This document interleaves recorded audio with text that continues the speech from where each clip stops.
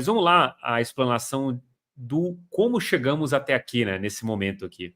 Isso acho que remonta desde que o Fed começou a aumentar os juros ali americano. Pensa que a gente veio de uma base de juros de 0 para 5% anual. Para você que não entende a magnitude disso, a cada percentualzinho que o Fed aumenta, ele fica mais devedor para o mercado. Seria basicamente como se ele pagasse mais juros ali por esse dinheiro que ele recebe do mercado. Isso naturalmente atrai bastante dinheiro para os investimentos mais seguros, que nesse caso aqui é o Tesouro Americano, né? Então a gente está falando que a cada vez que o Fed aumenta esses juros, isso acontece. A gente chegou no patamar de 5% de juros, 5,50 anual já faz algum tempo, e desde então o Fed vem estudando os dados do mercado para uma possibilidade de corte. E isso foi, de alguma forma, criando um estresse no mercado na expectativa de que esse corte viria.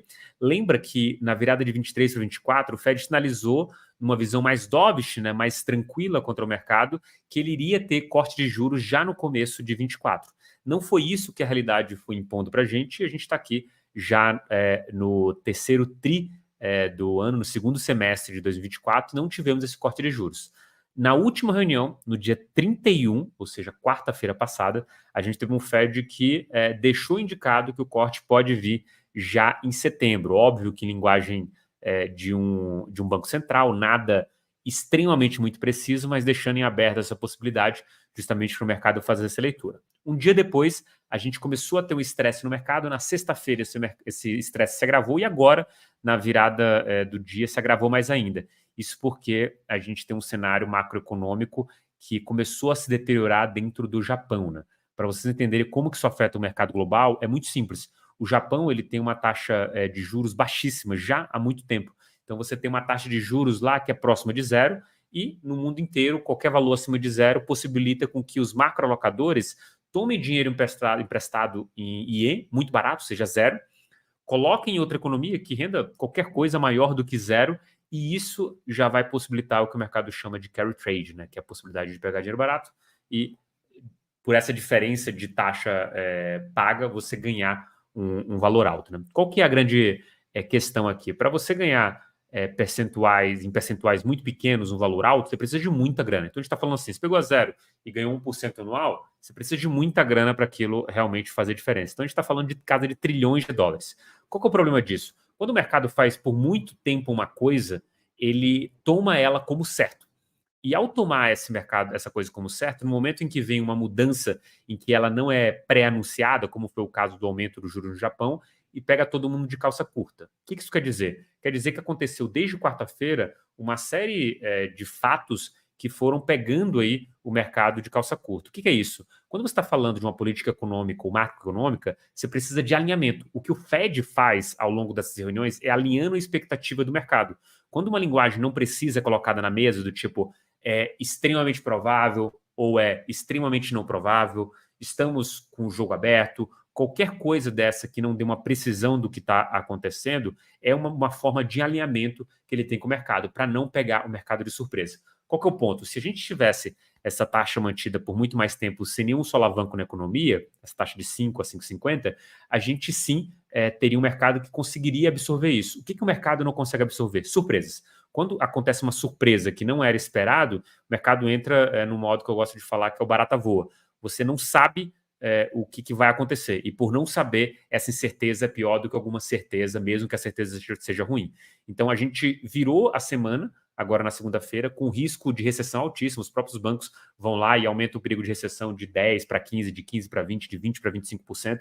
Isso gera no mercado uma ansiedade gigantesca, os ativos de risco sofrem bastante e o Bitcoin vai nessa linha. Até porque o Bitcoin é o único ativo que é negociado, e os criptoativos, de modo geral, 24/7. Então é o primeiro a sentir, principalmente no final de semana, quando a gente tem um mercado que está atrás de liquidez, ou seja, quer se desfazer das posições de risco para colocar um ativo mais seguro que, por incrível que pareça, ainda é o dólar, né? Apesar da impressão de dinheiro e tudo mais, estruturalmente na macroeconomia, o dólar ainda acaba sendo esse seguro contra um mercado deteriorado. Agora, qual que é a minha visão aqui sobre isso que a gente está vendo? A gente tem um mercado meio louco e que, vez ou outra, exacerba esses comportamentos, e isso vão dar oportunidades para a gente.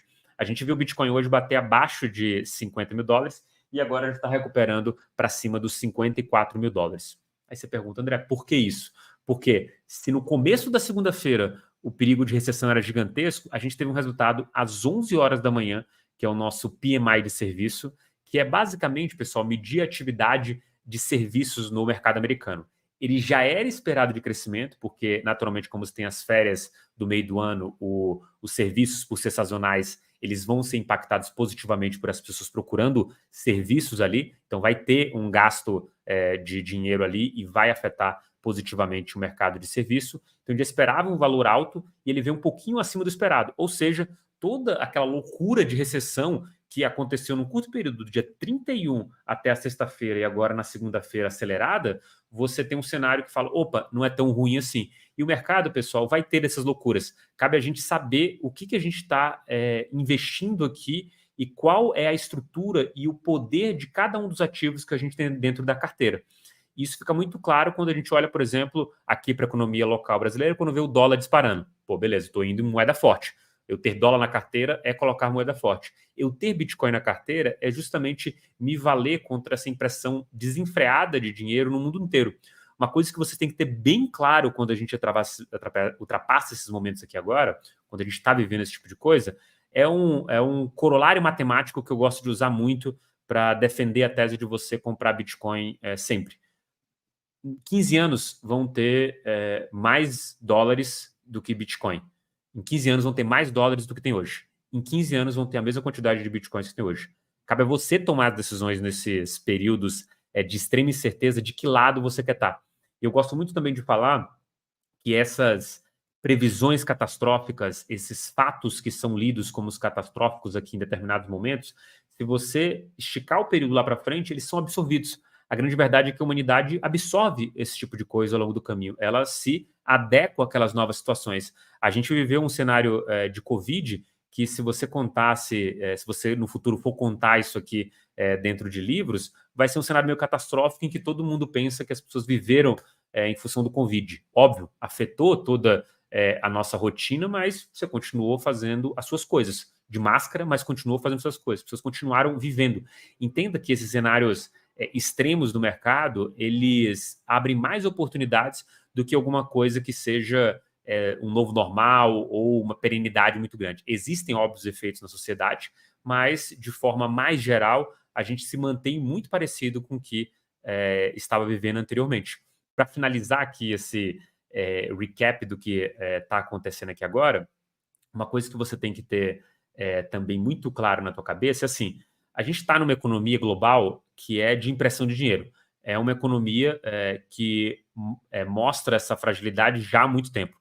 E toda vez que a gente traz essa fragilidade à tona, a única forma de mascarar novamente essa fragilidade é imprimindo dinheiro, imprimindo cada vez mais dinheiro. Pra você ter uma noção de ordem de grandeza, a gente está falando que em 2008, na crise do subprime nos Estados Unidos, que era assim, lá era o mundo ia acabar, tipo assim, acabar a economia no mundo inteiro. Pra você ter uma noção, gestores aqui no Brasil investiram em títulos americanos naquele momento e pediram meio que uma certeza do banco, né, um documento que provasse que ele estava comprando diretamente do Fed aqueles títulos, porque não se confiava mais em ninguém. Era esse nível de desespero.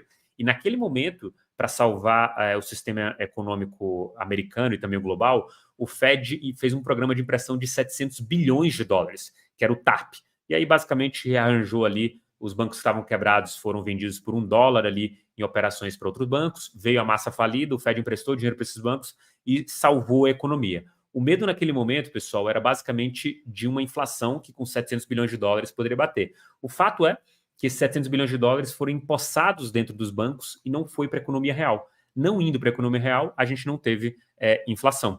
E mais recentemente, no Covid, a gente não houve uma ordem de grandeza de centenas de bilhões de dólares, foram trilhões de dólares impressos. Então, cada vez mais essa economia doente ela precisa desse mesmo remédio em doses maiores. E a única coisa que o Bitcoin foi criado aqui lá nos primórdios, com uma revolta aí do sistema financeiro tradicional, foi para isso. A gente viveu esse período aqui do Bitcoin valendo zero para chegar a um patamar agora de 54 mil dólares, com recorde de 73 mil dólares, e com qualquer expectativa que você coloque na conta aqui, que pode chegar a 350 mil dólares, a 1 milhão de dólares, é possível, Porque se a gente tem uma certeza, é de impressão de dólares no mundo e é de impressão fiduciária no mundo, impressão de dinheiro em espécie, que basicamente vem do nada, né? O lastro aqui são as economias em si. E a gente está falando de um Bitcoin que se mantém as mesmas regras de emissão e máxima emissão nesse período. Então, é muito óbvio aonde você tem que colocar suas apostas. Esses solavancos da economia, eles vão acontecer. Uma hora o Bitcoin vai se deteriorar, outra hora vai se favorecer, mas a tendência de longo prazo vai ser sempre a mesma, valorização. Qualquer dessas previsões de preço de Bitcoin, elas não são absurdas quando você considera a possibilidade de impressão cavalar de dinheiro a cada nova crise. Os bancos centrais costumam falar, né, que se precisa de algum tempo para consertar isso. O problema é que você tem que combinar com o mundo, né, de não ter crise para consertar esse tipo de coisa, porque cada nova impressão de dinheiro a gente está tomando emprestado, na verdade, das gerações futuras. E isso vai cobrar o seu preço. E a única forma, talvez, de você se defender hoje numa economia globalizada da maneira que está, é comprando Bitcoin. Os dólares fazem o seu papel para proteger você da sua economia local, como a gente está aqui na economia do Brasil, sofrendo com a valorização do dólar em relação ao real, mas a verdade é que o Bitcoin protege você de todas essas outras possibilidades que estão na mesa de desvalorização da moeda fiduciária como um todo. Sempre tem em mente que o real ele se valoriza em relação o dólar se valoriza em relação ao real, mas o dólar se desvaloriza em relação ao Bitcoin. Beleza? Bom,